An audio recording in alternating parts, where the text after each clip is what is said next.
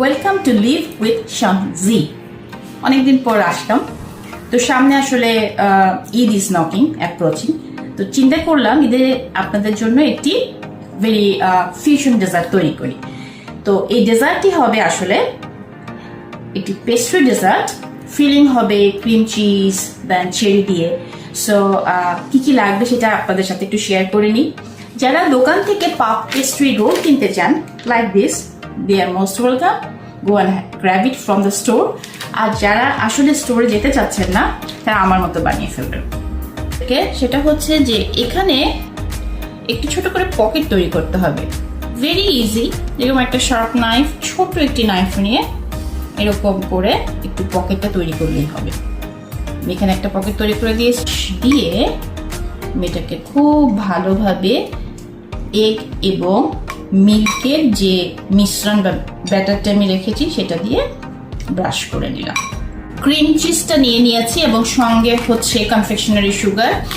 এটা আপনি ইচ্ছা করলে ইলেকট্রিক্যাল বিটার দিয়েও বিট করতে পারেন। Absolutely perfect.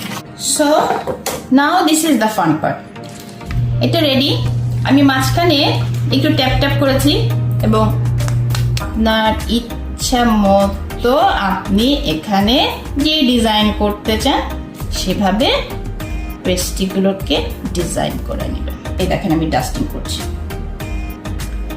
এত মজা লাগে দেখতে, মনে হচ্ছে স্নোফ্লেক্স, তাই না? এই যে চেরিটা, আপনি চেরিটা এখানে টপে বসিয়ে দেন, একটা করে চেরি বসিয়ে দেন। আমি এখানে একটা করে চেরি বসিয়ে দিয়েছি। সো 3টা cherry.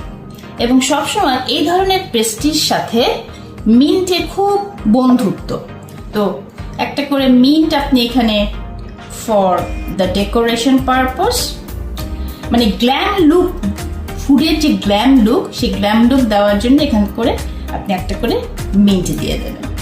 So by this time the food plating is ready. Look at this. Oh my god.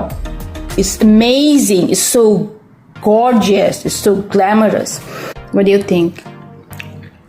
Give a bite. Very good. So this is my time, the chef time. So definitely I will eat later. First,